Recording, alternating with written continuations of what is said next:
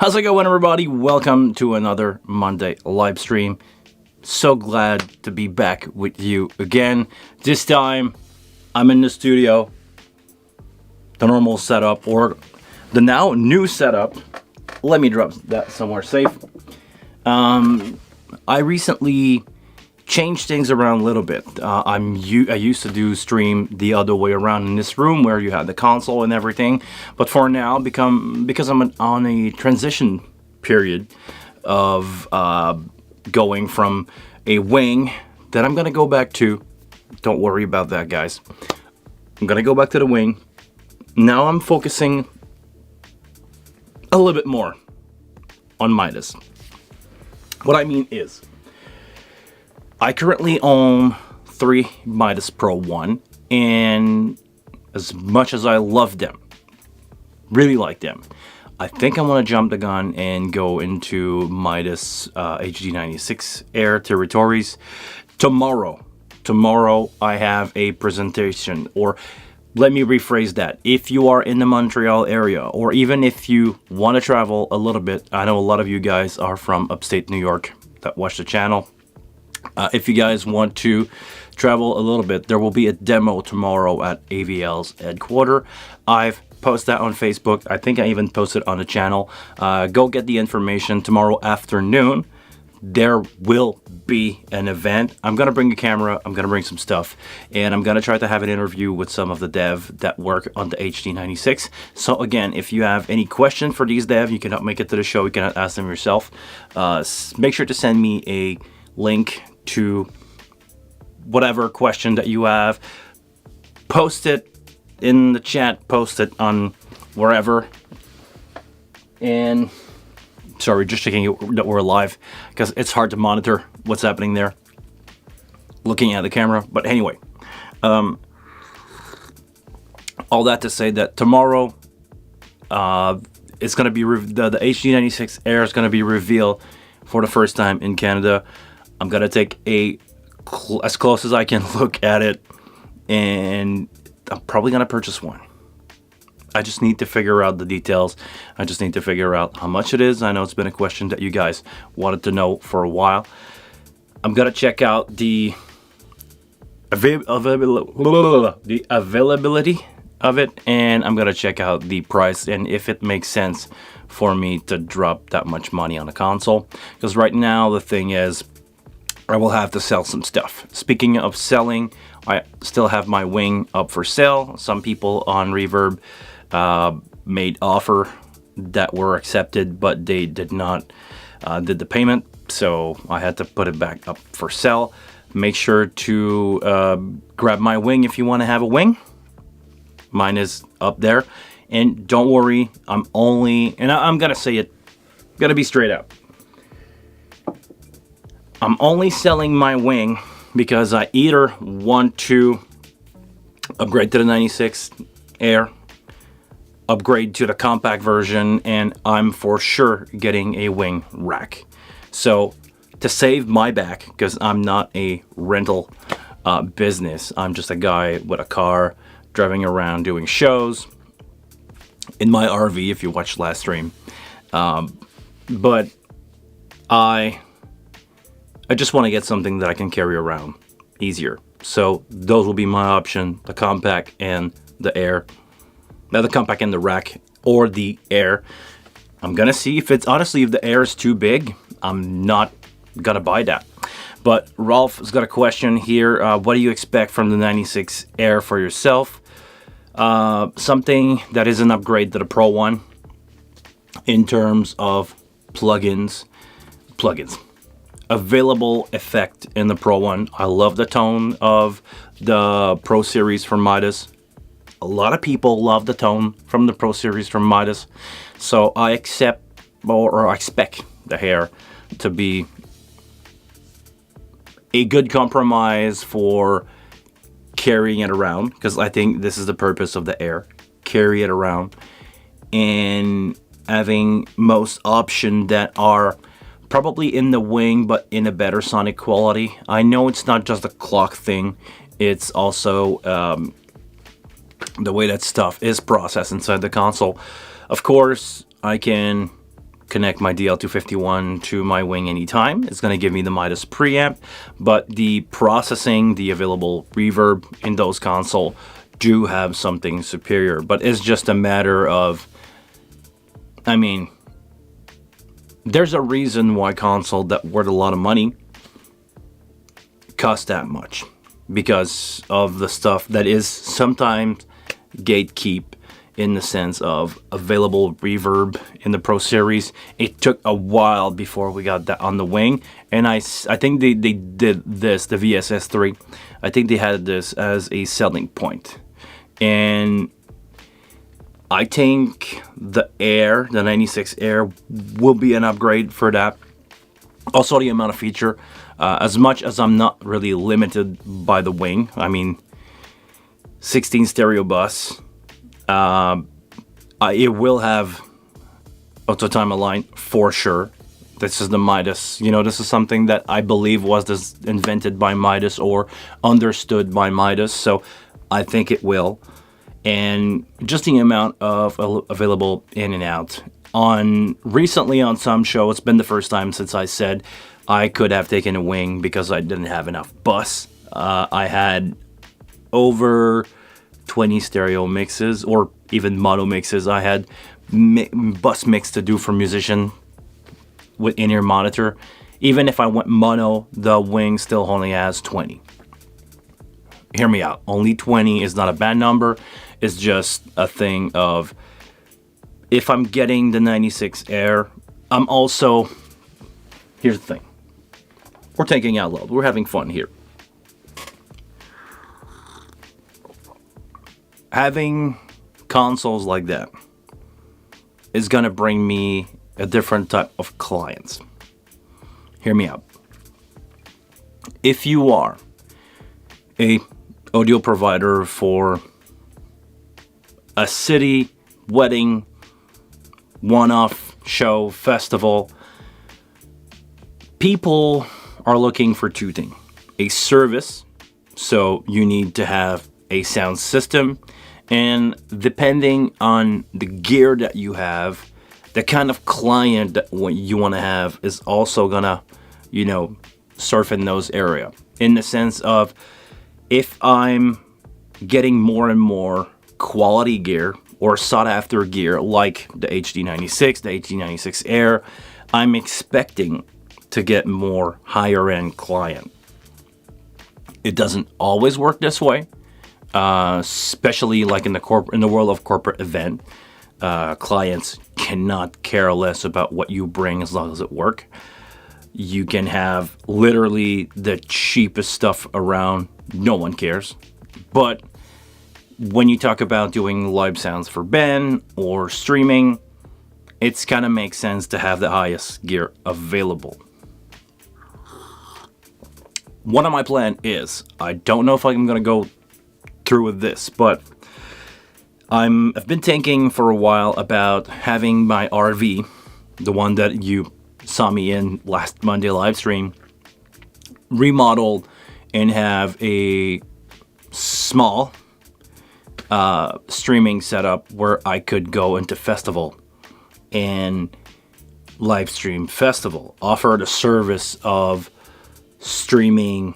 Like, you have an event somewhere, you want to stream it, I'm a mobile mixing, sound and streaming service. It's not going to be good for people with church, or maybe if they want to do a one-off or whatever reason, but some people probably will hire me to do sound mixing for streams and camera switching at the same time. I can see myself offering that service. I'm already offering it here on a smaller budget, but yes, to me it sounds interesting. I don't know if it's gonna work. I'm gonna try to, offer that, and because I will be mobile, I will be on a RV traveling around. Two things that I have to consider: power consumption and the smallest gear available for me to do that job. I'm thinking about the HD96 Air or a wing compact. deploying a DL251 on stage somewhere, asking for a split, doing my thing, sending out 1 or 2 RJ45 cable, and that's it. That way I have 48 input, which is usually enough, When you think about what you really need, when you're doing live stream, you need 2 crowd mics. So 2 crowd mics, I have 46 input left to do live bands. I could mix your monitor if you want to go that route also from the mobile. It's an option that I could do, but I'm thinking more about offering a streaming service. And if you pair something like a Midas 96 Air, plenty of input, plenty of routing flexibility, plenty of available option, doing mix minus, also dealing with comms and everything.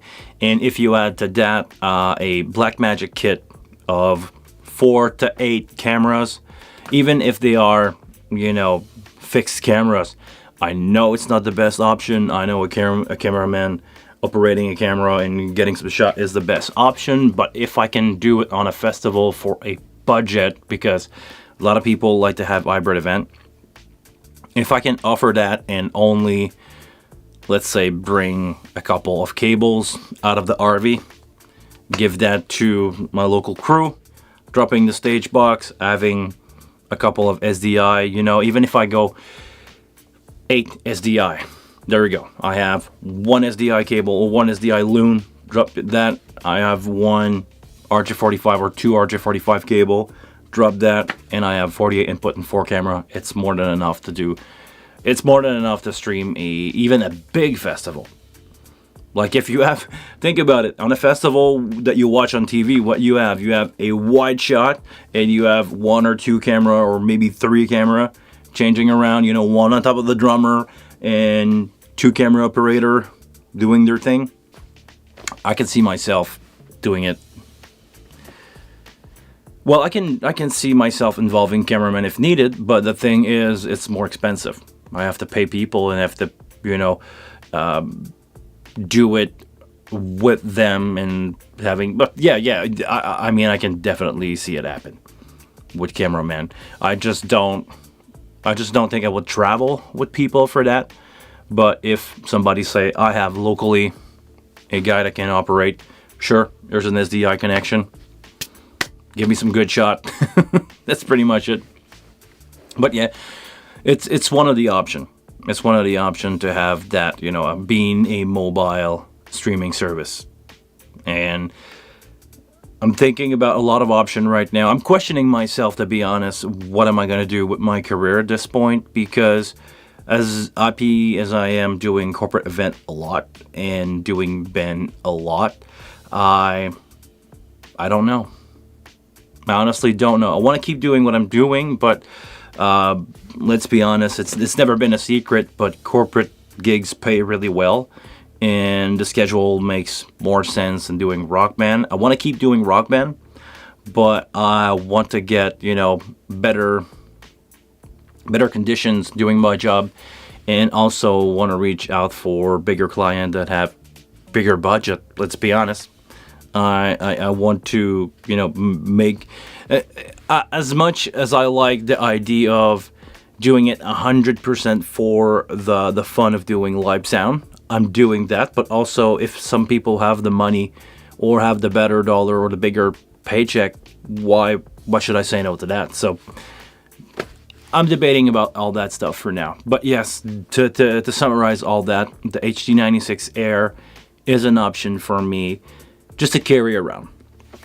Even if I don't go the full streaming service from an RV, just to carry it around, doing my stuff with it, having a great sounding console, something that is flagship sounding. I want to go that route. I want to go. I'm striving to get better quality and better tone, and I know the diminishing return. When you think about it, once you pair together a wing and a DL251, you got an amazing setup for, I don't want to say dirt cheap, but when you think about it, that's roughly around $10,000 US.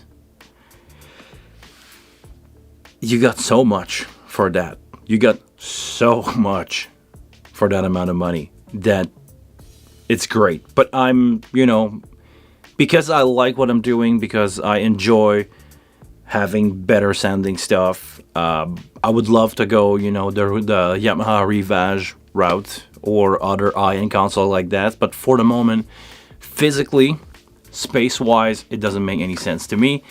And money-wise, it doesn't make any sense to me. So this is why I'm thinking about the Air. It's a good compromise. I can carry it around. Amazing sounding. Nobody can say anything about the sound quality of that. Why not? And, I just want to clarify. I'm still a proud wing owner. I love it. It's just that, rental-wise, I thought the wing would be a bigger hit. But, stuff like COVID happened. 2 years of pandemic where everything was closed. We had no show here for 2 years. Yeah, it just like mix up the card. It just mix up the deck. You have no idea what's going to come out. And the wing nowadays, I think, is getting better and bigger every day. More and more people are buying it. But I think from a rental point of view, the wing is not something that you want to rent that much. People are afraid of console that they don't know for rental. And even if the wing is an amazing option, it's not that rider friendly. A lot of people that will want to have a wing, they probably bought it. That's the thing. Okay. So, yeah, that's about it. Oh, did I forget to say hello to Dance of Dream? What's up, man? Sorry, like 10 minutes later, I said hi. Too fragile for renting? I don't think it's too fragile for renting. I think people like the SQs. People that wanted the SQ5, if they make a living doing this, they probably spend the money on an SQ5 and they are not asking for it. They are just like rent their own to the band or rent their own to the festival and they just show up with it. That's pretty much it.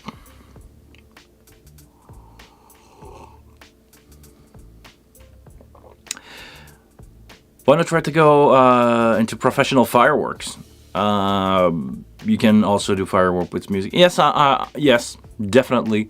I've actually worked with fireworks guy, but I was just doing the sound part of it. But no, it's not something that interests me a lot. I'm not really I'm gonna do a quick personal story share here. I don't know if I spoke about that, but I was stuck into shootings twice. There's one that is really famous in Montreal Metropolis. Where some people lost their life, and it happened about 20 feet away from me. This is the first time that a tragic event happened, like really close to me. And just to tell you a quick story, and I don't want to dive too deep into that one, but I was there. I was working as a staff at the not at the Metropolis, but for the event that was happening there. I was staff of a political party that was there. And somebody show up with a AK-47, tried to get in the venue and tried to, stop a newly elected prime minister. First time ever a woman was elected as a prime minister of Quebec. And because, there's a whole French versus English speaking Quebecer thing, and because that party was pro French speaking, the person that showed up there with a AK-47 was not really happy about that. He was afraid to, I don't know what he was afraid of, but he was afraid of something, and he thought that it would be a good way for him to just personally get rid of everyone there to, I don't know. Anyway, all that to say that the guy tried to get in. Some stage crew were having a cigarette, behind the venue. That's where the staff door. This is where he tried to get in from. Some people lost their life there, and the gun went bad, and it probably saved my life. Because when I heard the event happening, as soon as some shots were fired, local police did their thing, and the whole place went on like a little bit of a hysterical moment. And my way to go out, because I thought everything was happening from the lobby, I heard some stuff from the lobby there, and I ran straight to where those events happened without knowing.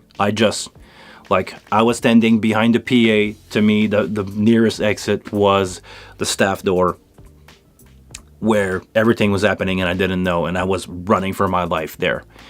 If something happened, I don't know. I'm still here. So I'm still here. All that to say, quick story. I'm just gonna finish on that. The summer after, somebody else did kind of the same thing. Well, smaller event, but a guy saw his ex-girlfriend with his new boyfriend, and he had a 6-round pistol, and he just decided to scare him away from his ex-girlfriend, new boyfriend, whatever, and he just shot. Shot in the ground, or some people intervened and they had the pistol down and he just shot in the ground. But it was happening about 20 feet away from me again. I was mixing my thing. I remember being there mixing, hearing one shot, and then 5 more. I ducked down, under the console, not moving, not doing anything, seeing people running, screaming everywhere, like in the movie. And yeah, was not something that I really enjoyed, to be honest, the level of stress that come with that. So I think I want to stay away from everything that can blow up, to be honest. I probably have PTSD from those shots, because sometimes when I'm hearing big, huge pounding noise, not in the PA, not in the band, but out of nowhere, fireworks or stuff like that, it's triggering me a little bit. So I try to stay away from that. It's a good career option if you want to be involved in the business doing firework. There's a lot more now happening, a lot more people playing around with pyro, which is really cool. Last week I went to see, I was working on a festival where Billy Talent was the headliner, and locally provided, they were like flamethrower and confettis and stuff like that, and really enjoyed the experience. I know everything was under control. I know the people who were operating that. So yeah, I really enjoyed those things as a viewing member of that part of the I don't know how to speak anymore. I like to, as I want to say it. I try to get the word. I'm not getting the word. It's fun to watch, but not to get involved too close from that. I'm good with that. On that note, we're gonna move out of subject. Sorry, I don't want to be too sentimental here. We're gonna get some coffee with the Cuba mug today. Didn't you guys see this? Yeah, with the Cuba mug today. Got that from my trip that I did in December. Always fun to bring some souvenir from. I think this is probably locally made. It looks literally like somebody made that mug, Sharpie Cuba on it, and just applied some lacquer. Great mug. I love it. But yeah, let me go back to the 96 Air. What do you think? What do you think the Air is going to be like? Do you have any questions for the dev? Because tomorrow I'm going to see one for the first time, and I may have a chance to talk with Pete from Midas. He's going to be there. I don't know if I will have a chance to talk to him, but he's going to be there. I'm probably going to try to ask him 4 or 5 questions and do a couple minute interview with him. And probably try to merge that into something that would make sense for you to watch. Maybe like a vlog or I don't want to say news report, but a upcoming thing. Like oh, here's the new Midas. I think I'm gonna produce that as a vlog, but who knows. And make sure to look out for a vlog that I will produce from my gig that I did last Friday, where I don't want to say opening for Billy Talent with one of the band that I'm working with, but we played before because it makes totally no sense. If anybody from Quebec understand the kind of, I'm working with a band called La Chicane. It's a band from the early 90s or late 90s, early 2000 that has, kind of power ballad-ish French song here that are like really well known from a lot of people. Everybody here know that band. They're kind of like the Bon Jovi of Quebec. But music-wise and energy-wise and crowd-wise, it doesn't make any sense to be opening for Billy Talent, folks. So we'll see. Dimension, weight, and price. Those are, I believe, are option available from the website. Is the website launched for the HD96 Air? I don't know. Matrix behavior. That's a really good question. Matrix behavior. I'm gonna put that on the list for sure. I need to write that one down. Probably, I don't know how many Matrix are there, and I don't know. Well, they probably will have all the same features that are on the wing already. Probably the alternate input or the second input of the Matrix. We'll see what's gonna happen with that, but yeah, I'd be curious.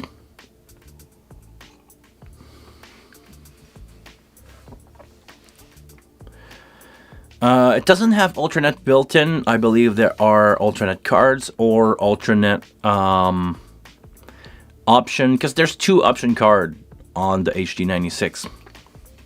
And I think the target for the HD96 is to have the DP48.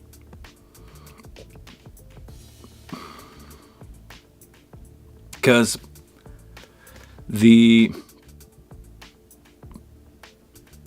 hold on, I don't want to say something stupid. The option card for the HD96 is a 2-way AS50 with the option to clock at 48K. Because the DP48 clock at 48K, they have 48 channel on a single line of RJ45 or AS50. And I think this is the option when you want to go from the Air or any of the HD. You need to have a card to send out signal to a 48K device, and that will allow you to have, let's say, a HD96 on stage and feeding the preamp into an X32 or vice versa. Let's say somebody show up with a self-sufficient wing rack in the future, and you just want to send your input to them, you will be able to do that with that card. It will act as a converter, is my understanding. From a video that I did with Bubba, he was able to take a DP48 and make that happen. So, okay, stereo linking and stereo versus linked. I wonder if the 96 is going to have split processing for all the input, because as much as I like to have, the simplicity of having stereo processing on a channel, sometimes you want to play around a little bit with different, panning, compression, or other stuff on your stereo channel. We'll see what's going to happen with that. All right. Sorry, I'm just checking that we're live. Is the UP 4 Pro an option to take a line of AS50 and convert it to P16? because I'm debating on a couple things right now. I'm eventually I'm building a rack. I eventually want to buy a wing rack. It's gonna be in the rack somewhere, and I want that to be my 24 input. I want that to be my 24 input rack. So maybe I'm gonna have a Stage Connect device in there to have more in and out. But the plan is to make it really simple. I want to have one rack, maybe a Stage Connect 8x8, and I want to have in-ear monitoring. I'm debating if I should go P16 or DP48, or should I just go in-ear monitor and having like 4-pack of PSM 300. I love the PSM 300, to be honest. It's like with the P3RA bell pack, it's the pack from the 900 series. It's amazing. For the price you pay, it's around $1,000. For the price you pay, you have great wireless in-ear. I love it. So we'll see what's gonna happen with that, but this is my idea, and I'm debating if I should go like hub in, I don't know, stuff like those kind of option. Maybe even in the future, maybe we'll have an option to get Stage Connect on the Pro Series. Maybe this is something that I should ask. Is there any plan for Stage Connect device? The Hub 4 Pro will do 96. Is this released? Hold on, let me Google that quickly. Is this released or not?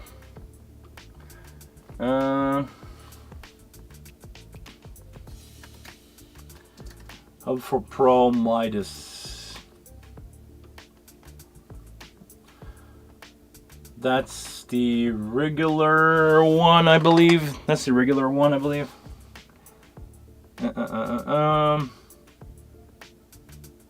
It has 2 ports.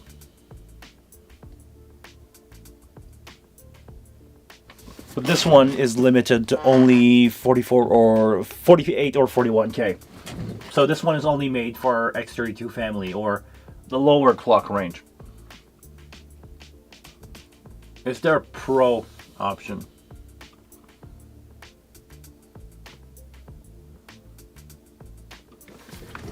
Not to be released yet. There is no information about that. So maybe I can ask about the Hub Pro, see what's going on. Hold on, guys. Getting a phone call in for some reason. So yeah, we'll see what's happening with that. So do you have any question that you guys want to talk about, or you have any question, or you guys want to talk about something? Otherwise, I'm gonna do the stream a little shorter today. I tried to get an hour in, so I'm pretty sure we can usually go with some question and stretch it to an hour, but I want to have your opinion, or I want to have your idea. How was your weekend? Anybody's mixing? It's currently the full-on festival season, and I probably just hang up on, actually, I'm gonna be fully transparent. I just hang up on local IATSE, Yatsé, local IA, call guy. They probably need a sound engineer somewhere. It's actually it's the Yoshiaga Festival coming up next week, so probably.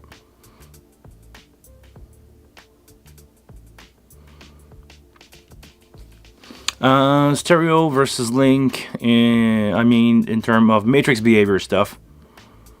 Try to send from left, right bus. Okay, yeah, I'm gonna definitely try to go down in the matrix. And even if I cannot ask the question, I will be able to touch. I'll be able to see the software and use it myself, especially on the air. But I have 2 appointments at AVL right now. One where we're gonna show the air, and after that have another appointment where I'm gonna have free time and do a virtual sound check with the full HD96, and I'll be able to mix. I already have a show that I've tracked with my DL231, so I'll be able to, put that together.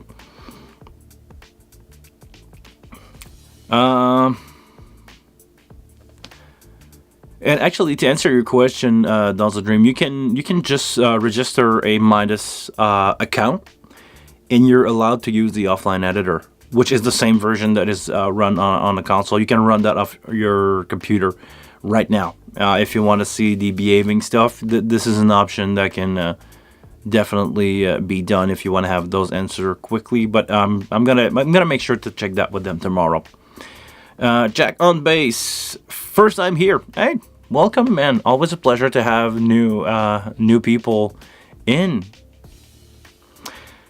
Yes, there's a lot of festival coming up here in Austria. Okay, not to be mixed up with Australia. For those people who don't know, I don't know if it's true. You can tell me, Jack. But I heard that at the airport in Austria, there is a counter say, if you thought you were going to Australia, come here.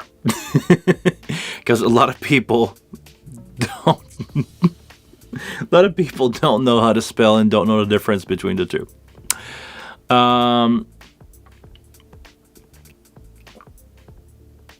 So okay, festival around 5,000 people. That's great, man. That's great.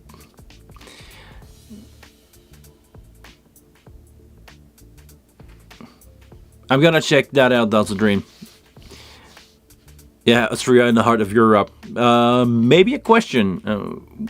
When do I know when it's time to go with another console? That's a good one. Okay. I believe I'm gonna say 2, but maybe more. Some of the reason that I think you should upgrade your console is when you max it out, in the sense of, personally, X32 or M32, I'm start to running out of options of what I want to do with the thing. Mixing a band at first is just, doing a gain, doing a little bit of EQ, raising a fader, and getting a mix together. You have your band playing, everything is good. And after that, when you want to start to playing around with detail stuff, when you want to start playing around with, I don't want to say auto mixing, but tricks like I'm doing for my bass drum or for my snare. I have video about those where I, trigger a synth wave with a gate, and I'm doing the same thing with a pink noise and on a snare with a reverb on it to do like the fake A snare bottom sound. And I'm also doing like side chain for my vocals. My vocal group is trigger, has a dynamic EQ on it with vocal.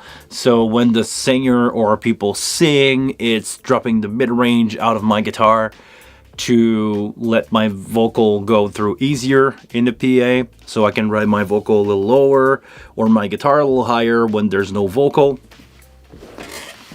Stuff like that. I'm doing a lot of monitors recently, and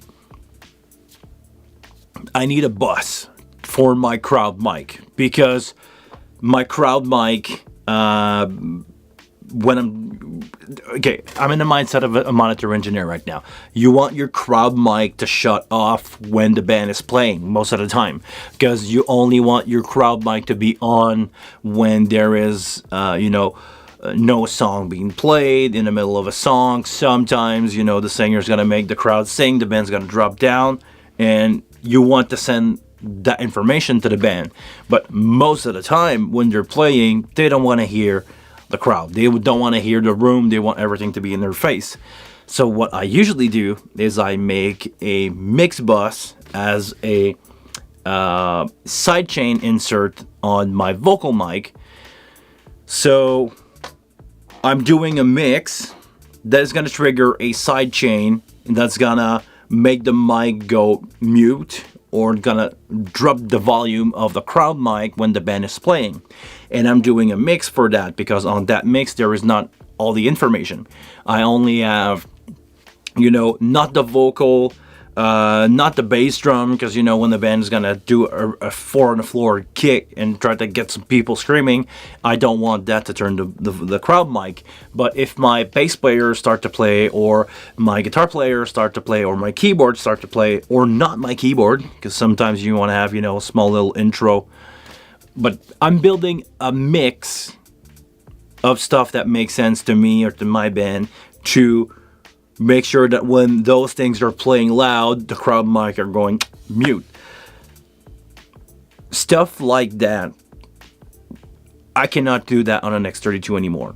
Because let's say for that band, I mixed that band with an X32, and I was running out of bus, I was running out of sidechain option, I was running out of plug-in. I'm doing monitor for that band, and they want to have separate reverb for the singers. So at some point you're gonna end up needing more. You can make a single reverb work for everything, but if you want to have your drum reverb, put a drummer. If you want to have your individual singers reverb, and you want to have, you know, a separate reverb for guitar, and you want to have a little bit of chorus for your guitar, you're gonna end up running out of effect kind of quickly on an X32, because you only have 4. So you jump to the wing. Example, I say a wing, but it could be something else. And then, you know, moving on, you end up needing, well, I can see the need for this thing that is not on my console. I'm gonna need more mix bus to do side chaining. I'm gonna need more input because I have, you know, more stuff happening on the band. Okay, thought the music stopped here for a second. But yeah, stuff like that. You know, this is the sign that you need more or a bigger console. When you're fully maxing it out, or you fully utilizing every option, every tool that you have, and you need to get some more. That's the reason why. Because, I mean, sound quality wise, I can say when you gonna hear or feel that the console is, you know, in your way. Like, I was having a discussion with a friend of mine who's been a sound engineer for 40 something years, been a really big monitor guy in the area here, doing, you know, bigger bands that we have in Quebec as a monitor engineer, and now he's doing front of house, and we're working on the same band together. I'm doing the monitoring. And like, the reason to upgrade for him was when stuff got smaller. Back in the day, he used to do with monitor with an SM24 from Soundcraft, which is basically a analog monitor console. It was made to do monitor. You had a lot of bus, a lot of EQs, and soon as the M7CL came out, or being available here, he cut more than half, like 3/4 of this gear went away. He used to have, you know, fridge-sized racks of EQs, delay, reverb for people, other like rack mount effect, and all of that was available in an M7CL. And he gained more bus, and people start to bring in inner monitor. And they started with mono, now they went stereo. Now, you know, as things evolve, the reason why you want to change your console is basically to get more done on a smaller package, or yeah, more done on a smaller package. I think it makes sense. It's the reason why I want to get an HD96. Not that the wing is bad, not that my Pro ones are bad, especially not the Pro ones. I mean, the wing is an amazing, like, feature to price console. There's nothing that can beat it, especially with the option to plug any Midas box on it. I'm a huge fan of the XL4 preamp. Did I say that? Do I need to say it again? But yeah, seriously, that will be the reason when you need more. If you don't need more, if you don't fully utilize your console, there's no reason to change. If you don't see the console being, you know, a sonic problem in your chain, which most of the time it's not. It's the PA, it's the band, it's the speakers that you have. But sometimes you end up like, okay, I'm feeling that I maxed out the sonic option on my console. Not the amount of plugin I'm talking about. It's just when you mixing on bigger PAs, like I had the pleasure to mix on the L-Acoustic, the K3. It was so transparent, so precise, so like detailed. You could hear every single detail in your mix. That's the kind of, reason why you want to go, okay, if I'm hearing 0.5 dB EQ on my mix, because I did the test when I mix in the K3, I took my main EQ and I've dropped a half dB, not 1K, and I heard it. I was like, okay, maybe I need to understand how I should mix, and the sonic quality of the console came through. I was using my wing in front of house, and I had on stage an X32 rack, and I was just sending out a single cable to that, and I felt and I heard the Behringer preamp in there. It was sounding like, I had Behringer preamp. I heard that. Not that the X32 preamps are not working fine. Nowadays, the more and more I train my ear, the more and more I can recognize the sound of an X32. It has a sound, but it's not bad. It's just like I felt that I need something with more transparency.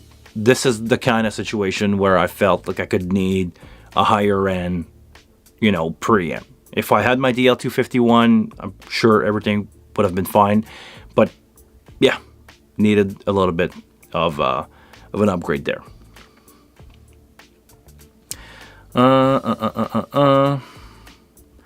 Off topic, but there was recently a recent video from Rick Beato about music getting worse boring. He went on Google Trending, and the data showed that music is on decline, and social media is up. Yeah.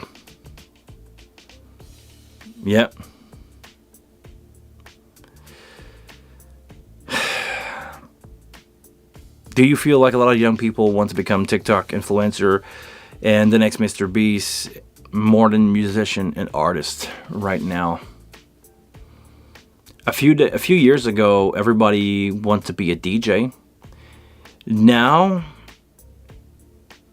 I think the newer generation, yes, they want to become YouTuber, they want to become TikToker, they want to become the next Mr. Beast, but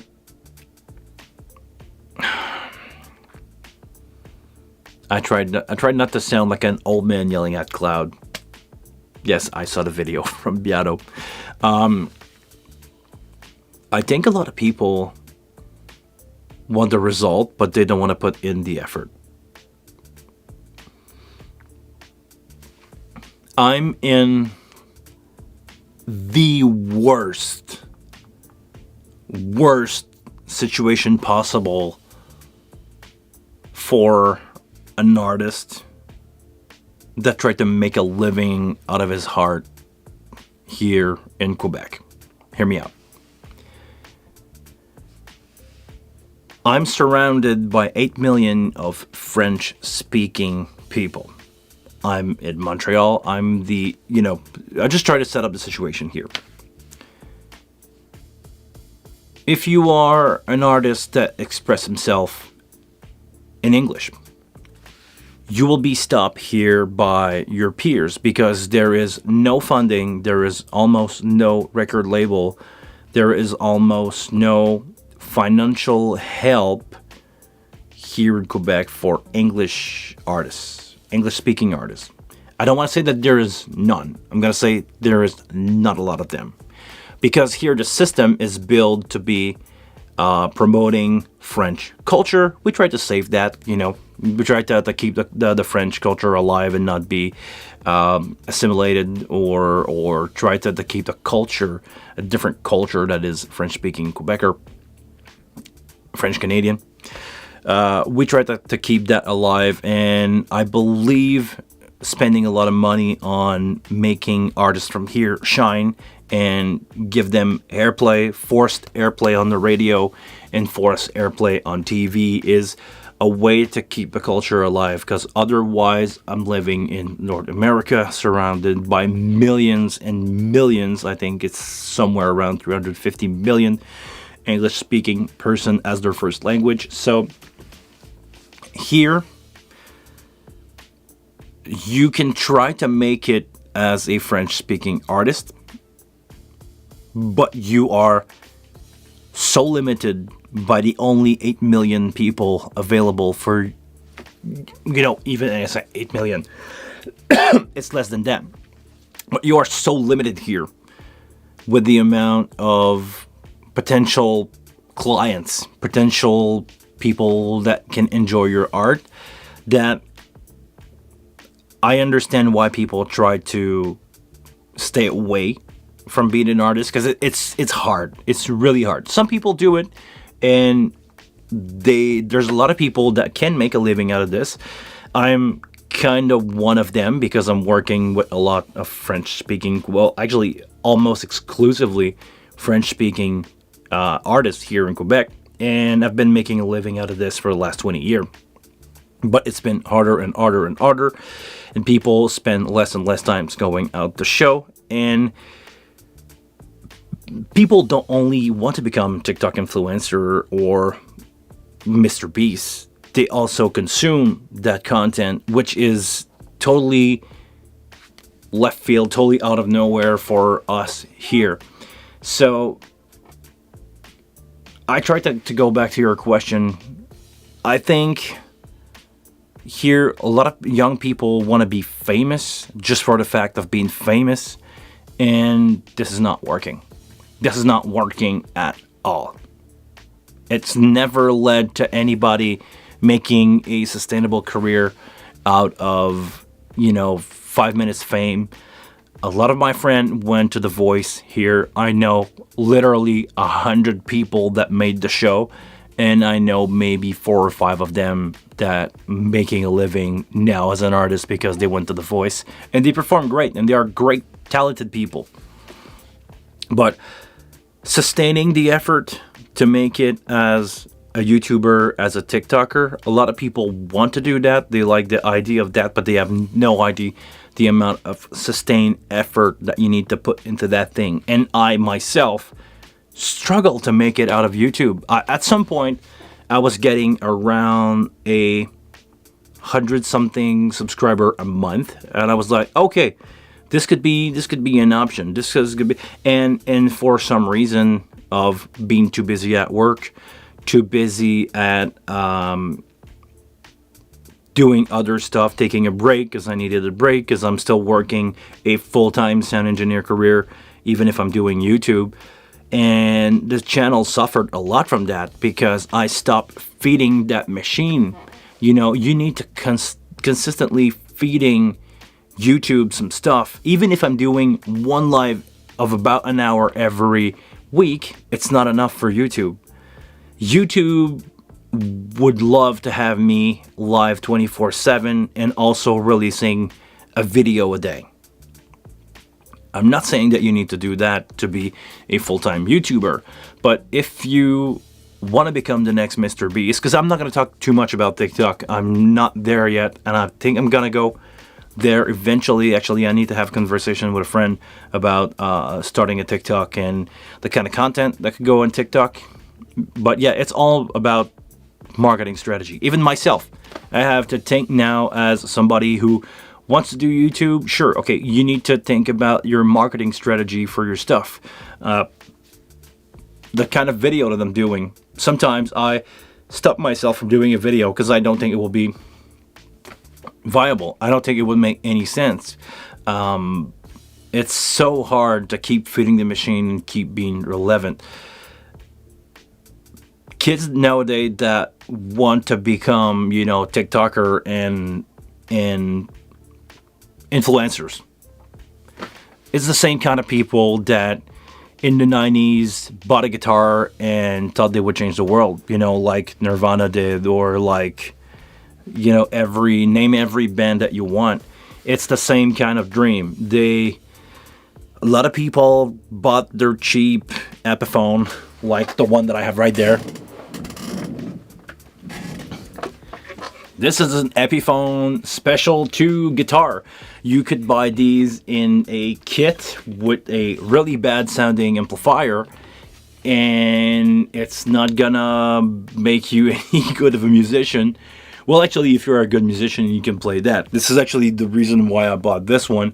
I got that guitar for dirt cheap on Facebook because I wanted to go back to the roots of having the cheapest available guitar that can be played. I mean, this thing is playable. If you know how to play guitar, this thing has a good feeling neck.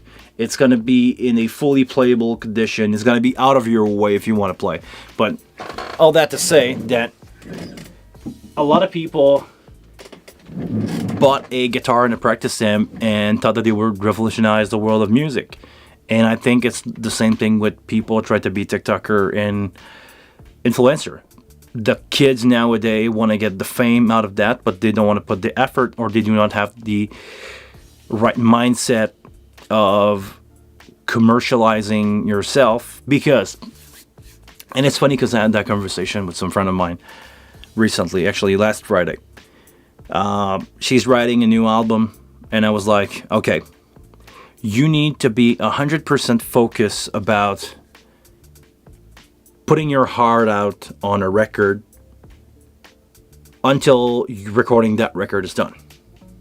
Once you finish the process, you have to be the most honest person ever, and then you have to fake it till you make it and say that you recorded the best music ever. And you have to think about, and you have to market yourself around your music and tell people that, dude, I don't know if have you heard that? This is amazing. And I have to do the same thing with myself, with YouTube. I have to promote every single video like it's the most interesting, most relevant YouTube video about live sound, or any of my vlog. You have to spread them out like that. And this is a sustained effort of marketing. And it's the business side of the show business.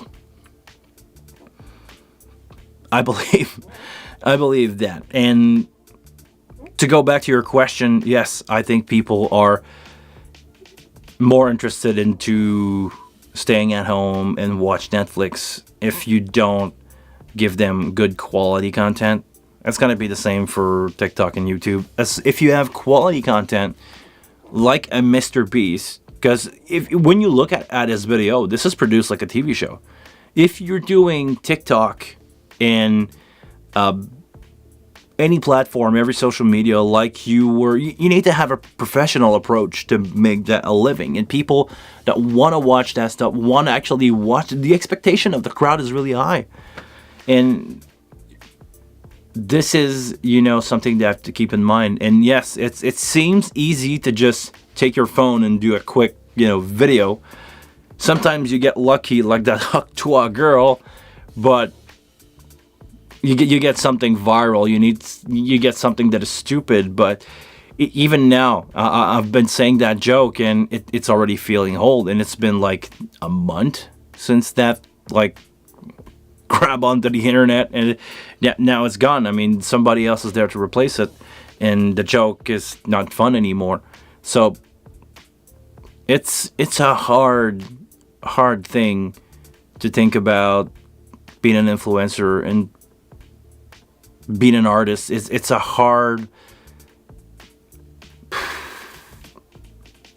tough choice to make. Even myself as a sound engineer, I was set to fail. The system is not there to support what I do. Being a freelance sound engineer that started doing band when I was 15, 16, and try to make some money out of that. it's a constant effort, and I made it. I'm a single house owner in Canada. I don't know if you guys know the struggle that you have to go through to, or the luck, or the effort that paid to being a house owner in Canada. Even if I'm in Montreal, which is not the most expensive town ever, this is hard making that out of doing live sound. It's I'm one, I'm the chosen one. One of the few chosen one who can live from my art. And I'm also, like, I don't want to say I'm greedy, but I'm also striving for more, opening up YouTube and sharing knowledge and try to, I don't want to say make a living out of YouTube, because I don't think I will ever, that part will never happen. But doing video and try to make some money out of that, at least like getting back the money that I spent on gear, on camera, on microphone, so far I'm almost there. I'm almost like to the break-even point where the amount of money that I spend on gear is probably going to come back. I'm not talking about salary, because the amount of hour that I spend doing YouTube and working on video every week, because I'm still doing that every week, it's not going to happen. So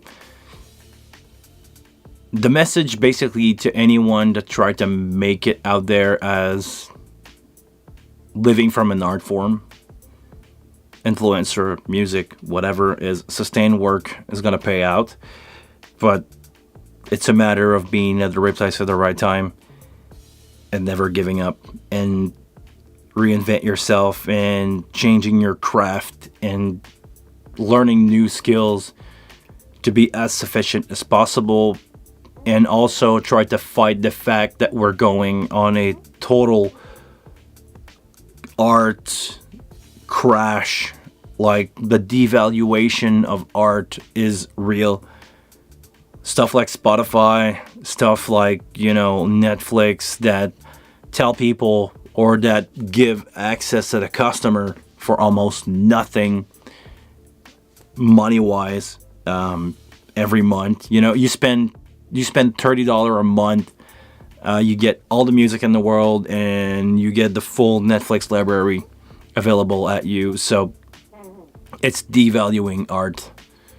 You don't have to go to a record store to get some new music and guessing on an album if it's good or not. And also the music industry that's around that, where before, at least, if somebody recorded an album, it has to be good before somebody spend that amount of money on you. They had to believe into you as an artist, where nowadays I can download Logic with all the virtual instrument in the world and get an SM57 with a pop filter, and I can record guitar, maybe not drums, but guitar, vocal, and other instrument, and get a 5 Grammy like Billie Eilish did. They recorded that album with an AT2020, the XLR version, but they could have done it with the USB version, and they won 5 Grammy of an album recorded in a bedroom. Of course, it was not mixed in a bedroom. It was not mastered in a bedroom. They hired professional to do that, but still the takes are the one from their bedroom. And anybody with the right amount of skill, and I'm not talking about money, I say the right amount of skill as an artist can make it. But even if you are a great artist, it's going to be tough, man. This is why people try to go the easy route. Actually, people always want to go the easy route. Sorry, I'm going to move on from that subject, because I'm going to be here for an hour talking about that.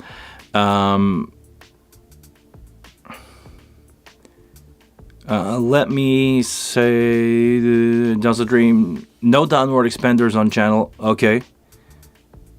On the AG96. Oh, I'm going to ask, because this is something that I would definitely see myself needing.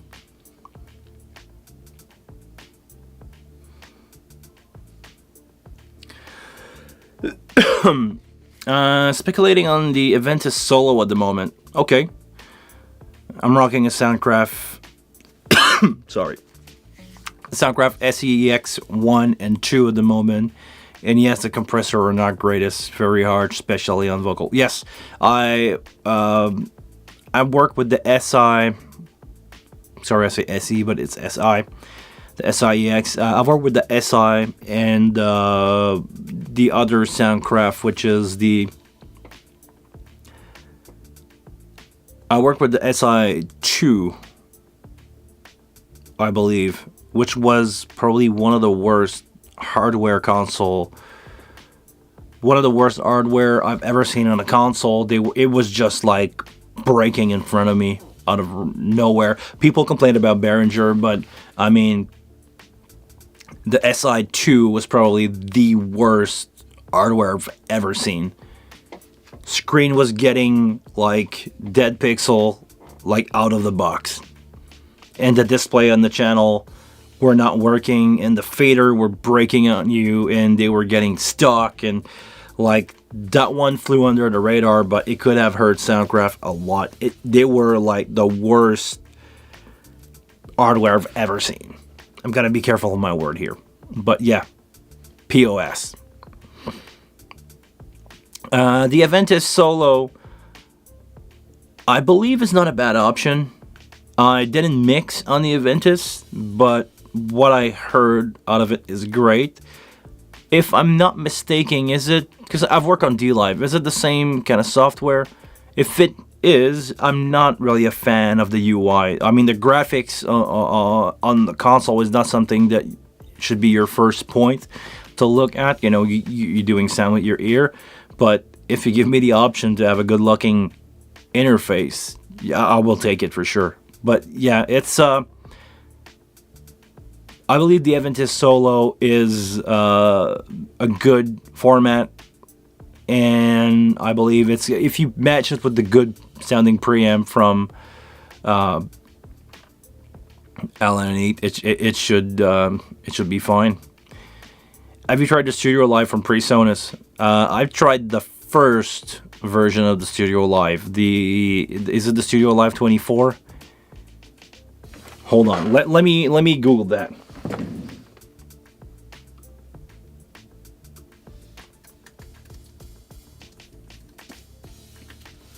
Is it the Studio Live? Yes.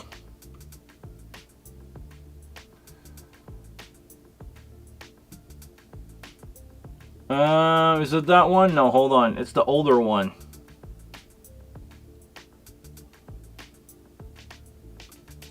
Yeah, that thing here. Can you see that? Can you guys see that console? The Studio Live 24.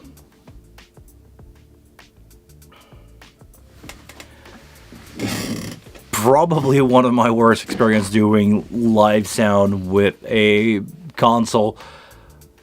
The user interface on it is probably the worst I've seen.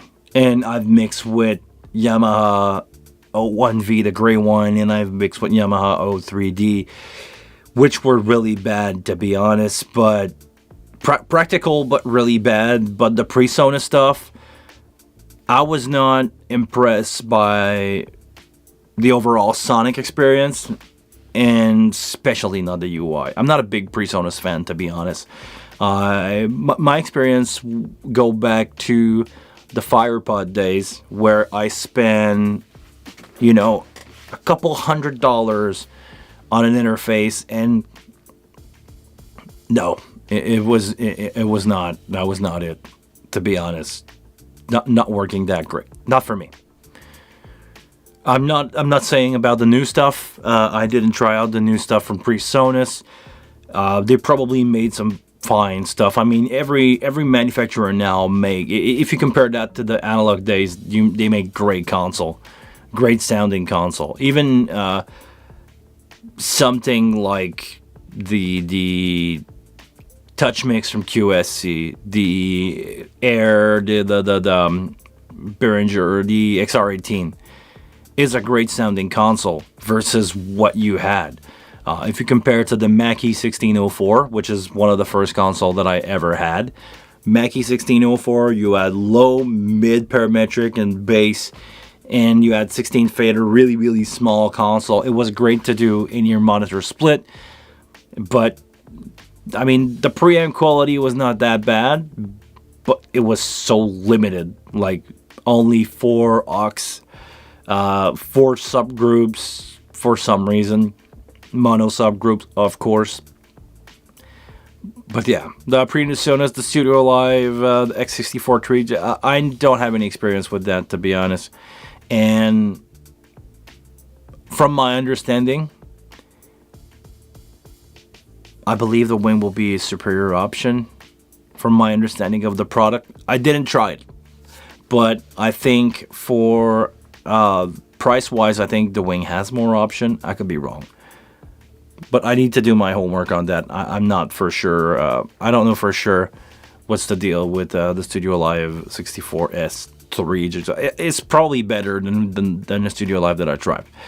I don't know about the preamp. I don't know about the stage connects. I don't know well that, infrastructure, because I'm way too deep into the music tribe infrastructure when it comes to AS50, when it comes to, Pro Series, Behringer, X32 stuff. I've been known for that. My phone still ring nowadays for people that ask me about X32, M32 question. So, what time is it? All right. It's going to be time for me to wrap it up. I want to get some stuff done today. I need probably to call back to say that I'm not available to do the Osheaga Festival this weekend. Or maybe I am. Maybe, I don't know. Maybe we'll see. Thanks for showing up, Jack. Really appreciate that. Thanks everybody else who showed up. I really appreciate the fact that you guys take sometimes off to join in, and we can have really good conversation. I love the subject that we had on the table today. Great to have all of you guys here. Great to have this community helping out each other, and make sure to stick around. Make sure to subscribe to the channel if you're not. If you want to know more about the Midas stuff that's going to come out tomorrow. I'm going to film tomorrow. I'm going to try to get that out for next week. And I'm also have a vlog, so I probably need to edit some stuff before before I do anything else. I need to do some stuff in my place, but probably need to edit some stuff.